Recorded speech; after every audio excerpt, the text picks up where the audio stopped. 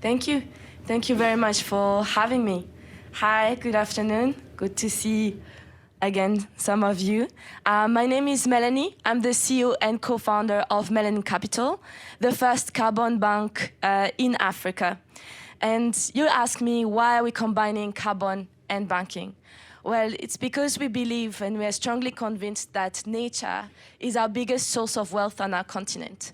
We're home to 65% of the world's arable land, 15% of the entire forest, 10% of the fresh water supplies, and our potential for renewable energy is limitless. Africa's nature alone is actually already compensating 80% of its emissions, 25% of Europe's, and 12% of the entire United States of America. So if African businesses were not the problem of climate change, we can certainly become the solution for a net zero future. So our vision with my co-founder was to turn the 15 millions of young Africans who are starting micro businesses every year into climate heroes. And how do we do this? By focusing on solving their own problems, which is access to affordable financing. In East Africa, it can be as expensive as 120% a year, but by using carbon credits and green lending, we've built a digital business bank account that is collecting transactional data so that we can provide them with green lending that is up to 7% per year. And we use this carbon data to sell carbon credits, and we are the first in the Kenyan market to be licensed to do so. So far, we've been generating $350,000 a year by selling our APIs and our SaaS products to banks, especially Absa Bank. And we now have 3 more contracts coming with other banks for a value of $750,000 in 2024. We are now ready to expand from 5,000 micro businesses users to 50,000 thanks to a partnership that we have with EcoBank, and where we'll be able to expand our products, have our own bank accounts, savings accounts, and expand on the green lending facilities that we have. We've received $600,000 of debt and disbursed half of it as green microloans to micro businesses with 0% NPLs so far. And so now we're ready for our seed round for $3 million, which we will use to expand with it on the back of the EcoBank's 33 markets and be able to now reach $5 million of revenue in 2025. So together, we hope that we'll be able to change the narrative about carbon credits, to turn it into a currency so that we can be the first neobank where you don't only save your money, but also save the planet. So join us and join the movement. Thank you.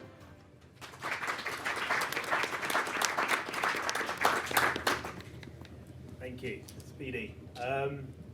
Anyone got an initial question for Melanie?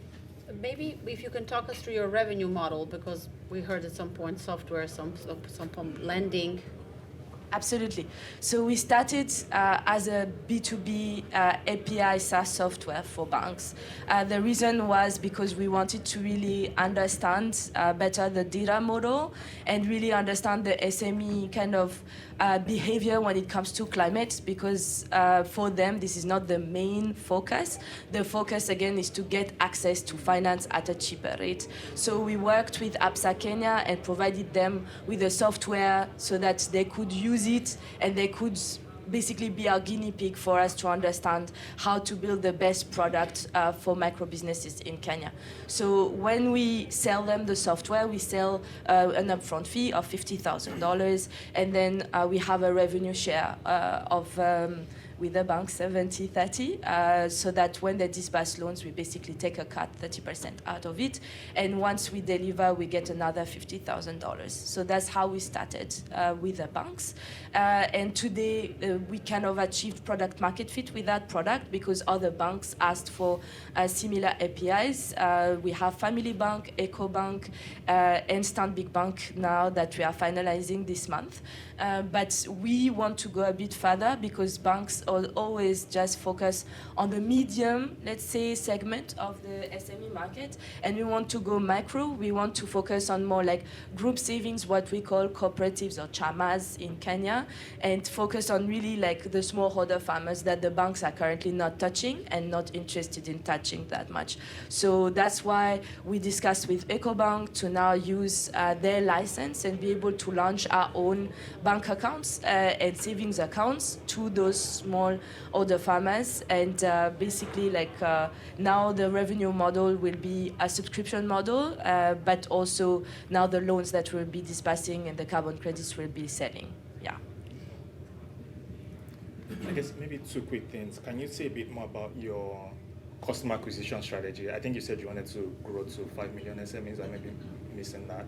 Then also say a bit about the carbon credit piece. How does that part work?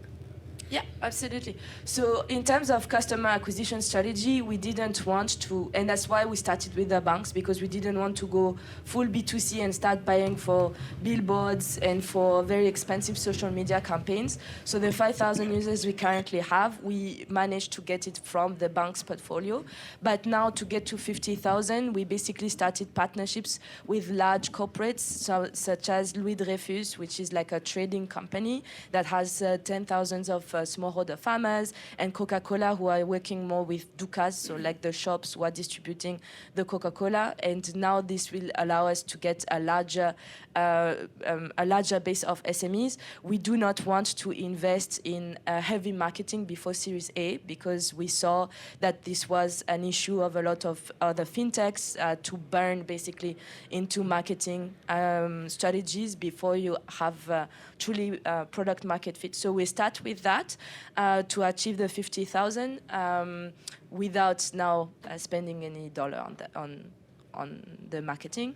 Now, carbon credits. So we had to go through the sandbox process from the Capital Market Authority to be allowed to trade carbon, because in Kenya now you have a regulation that prevents anyone to trade carbon, or you have to pay a fine of $1 million or something, and you have to go to jail for a couple of years. So we went through that process, and the way it works for now, we are using certified companies, so the Cocoa Networks and so on, who already have a certification, but that's a very niche market. So our goal is to go towards mass markets by being certified ourselves. So we're already discussing with the UNFCCC to have our own certifications for tree planting, and this way we can aggregate farmers. So all the coffee farmers, coconut farmers, banana farmers who are planting trees, they're using our app to basically put the photos of those trees and us to aggregate all those farmers to then be able to sell the carbon credits on our own, and then we redistribute it. So it's a tough process at the beginning where we had to invest, but now this will give us a monopoly for the next at least 10 years, because we have the Capital Market Authority barrier for entry and then the certification process, which not a lot of Kenyan companies and especially fintechs have in mind. So that's how we are going for the carbon credits. Can I ask you a follow-on question about the carbon? Sure. There's obviously been a lot of upheaval in the carbon trading market and lots of issues around the credits and the verification, even issues at places like Vera around the way that they're managing things. How has that affected you, and are you worried about the effect that that has on the revenue model?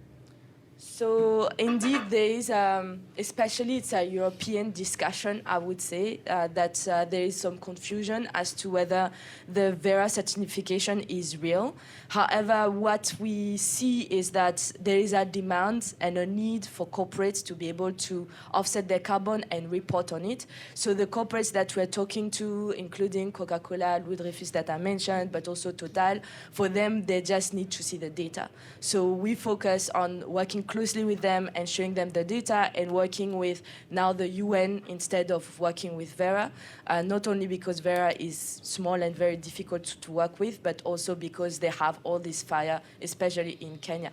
I strongly believe that it's an opinion here, but in any case, the type of demand that we have for carbon credits is too large at the moment to affect us. So there's too few projects in Kenya that are able to show the data that we are showing and that are currently having the credibility for us to be affected, let's say, by this issue. When we come to the European market, I see that is where now we'll have to do a bit of a double work to be able to prove the credibility, because there is not a big understanding about the Kenyan market or the African market in general, and they need double insurances. But now when we deal with Coca-Cola East Africa or with Total East Africa, we have less issues, I would say, when it comes to negotiating. Yeah. So first of all, I think you're doing fantastic. We've seen different people try to tackle carbon credits, but I like the fact that you're using finance as a way to align incentives with the end users, which is fantastic. Could you, one, provide more color on the financial performance in terms of how that revenue has been growing over time and how that composition has been changing over time? If you can also touch on unit economics and your margins, that would be great. And then the last one, also talk to us about your team and why you're the right team to be taking this company from where you are to growth stage. Absolutely. In 1 minute. Yes, in 1 minute. I would say for the financing, first of all, when we met, I think 2 years ago, we were really bullish about the financing, and we took a break because in the meantime, Kenya experienced the highest NPLs of all time. So we kind of like waited for that wave to go. And we basically managed to source very affordable debt. And the reason is because it's green. So even if mathematically speaking, they don't necessarily like calculate the interest according to the carbon credits, they still gave us a much lower rate, around 3 to 4%, for us to be able to lend. And that's what really helped us to go towards, because clearly, there is no real profitability in micro-lending, if we are very, very honest, if you are not going towards high interest rates. So because us, we're not going beyond 10%, we needed very cheap, very affordable local currency debt, which we got. Now, in terms of unit economics, at the moment, because we are not spending a lot of marketing and so on, we're still having very healthy margins at around 27 to even 30%. Carbon credit will improve significantly those margins, because the market currently is taking 50% of all carbon trading, and us, we're at 25%. But 25% transaction fee is still very high.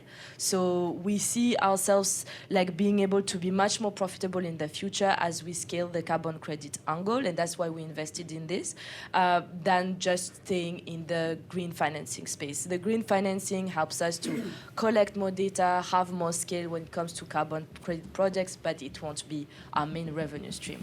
Yeah. Okay. Thank you. I'm going to ask you to stop there. Let's all give Melanie